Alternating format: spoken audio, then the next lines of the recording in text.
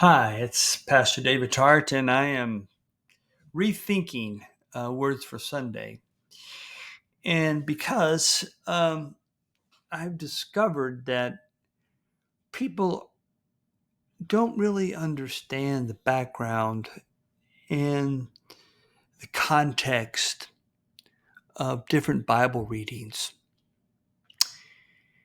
And I've decided that all this education I have, massive amount of books, all these classes I took in college and seminary, and all my years of studying, working with the Bible, that really what I am is a locksmith.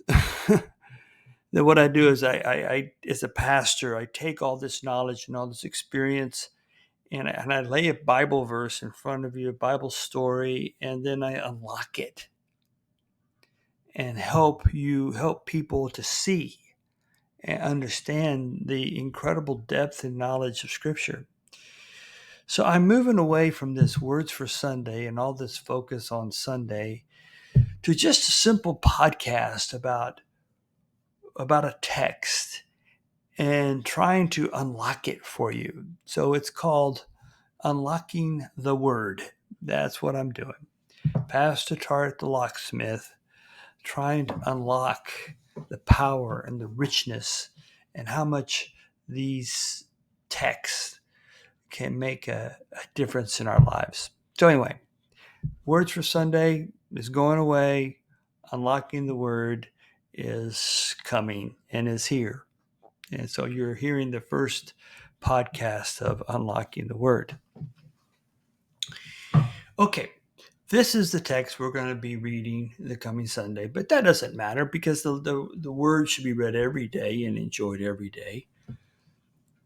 In this story of what's called the dishonest steward has been, I think, much misunderstood because it's taken often out of context. A lot of people will struggle with Jesus using dishonesty as an example of what stewardship is. And you can hear all kind of roundabout sermons and Bible study about the dishonest steward and his tricks.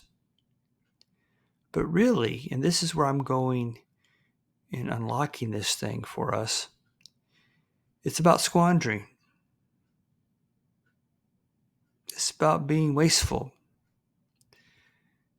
because that's what the dishonest steward, and remember it's a parable, that's what he's done. He's squandered his master's wealth.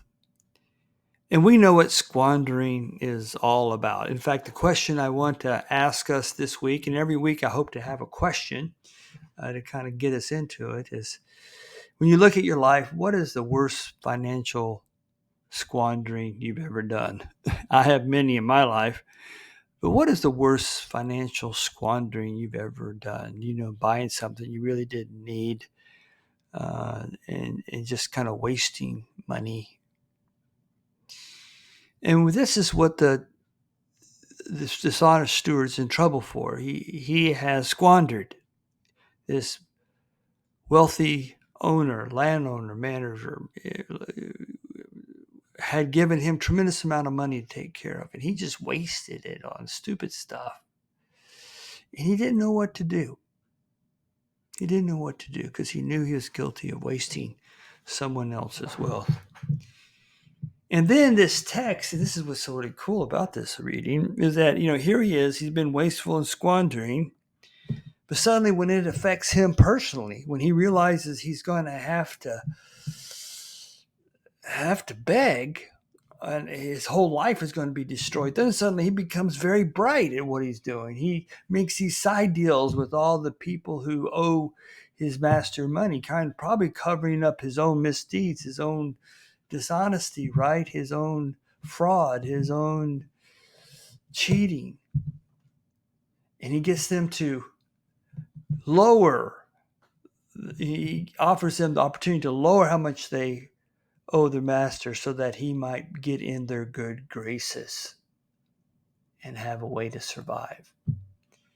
It's kind of like and this is what I think really comes to clear. When it comes to doing wrong, we can be very bright. People can be incredibly bright, like the dishonest steward. He was very bright. I know in my own personal life, we've been recently going through a whole rigmarole with a credit card company over someone who frauded us into a subscription. And it took forever to get me. And I kept thinking, if these crooks, if these people could use their brilliance for good, we could probably have world peace.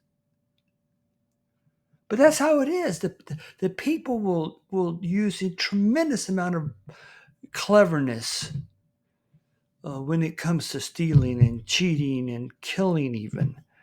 The masterminds behind evil are incredibly smart.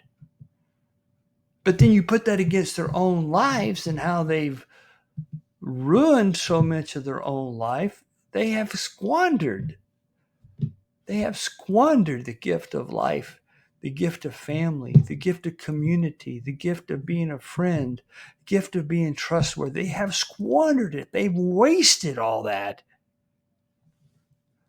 But when it comes to doing the wrong, they're absolutely brilliant.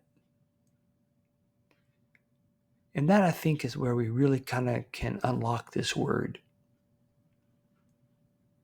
Because we can look at our own lives and see how much we've squandered, wasted what God has given us. We've been brilliant in things that really don't matter. But when it comes to our faith, when it comes to the generosity of God, we just have taken it for granted. This is no better illustrated than our environment. When God has lavishly blessed us with this wonderful world of ours, but we squander it with pollution and we waste it and we don't take care of it. And we assume that it's always going to be there. It's unbelievable. We can concoct huge and massive knowledge about how to manipulate nature. But we don't use the same amount of time and effort in how to care for it. It's a squandering. You could go on and on and on. I mean, I know a lot of people like to go gamble. They enjoy gambling. I get that. I've heard all that. But think about how many people have squandered their wealth, their money, trying to get more when you know the odds are against you and there's no way you're ever going to win in the long term. I don't care how good a gambler you are. It only takes one bad bet to begin what's called the risk of ruin, when you just keep having to bet more to get what you got back, and then you lose that, and pretty soon you're in a downhill slide. Gambling can be very much squandering, and there's some horrible, painful stories around that. But we can go on. When it comes down to it, we all squander. We all waste what God has given us. We waste especially our time. We squander our time on things that really don't matter. And that's what Jesus is trying to say, that if we would just use our minds, if we just think about what we're doing, we have the capacity to figure things out. We have the capacity to set priorities. We have the capacity to manage our funds. We have the capacity to do wonderfully great things. That's proven over and over again, not in just evil things that have been done, but in the wonderful things that people have done who have not wasted money, who have not wasted their time on this earth. That's what this text calls us to do. To remember that squandering leads to nothing. But there's another thing I want to kind of end up with this as we try to reach the end of this unlocking. And really what I want to unlock for you today is that the biggest squanderer is God and God's grace. God has lavishly, unconditionally given great and wonderful gifts to all of us, knowing full well that we're going to squander it. But God continues to lavishly squander his or her grace on us. Jesus Christ, God squanders grace and love on the cross, taking all of our squandering and forgiving it. So as we deal with the squandering in our lives and all the failures we've had, we can remember God's squandering grace.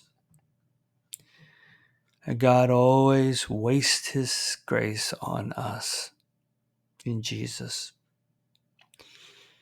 And that squandering of grace and love gives us a chance to begin every day new.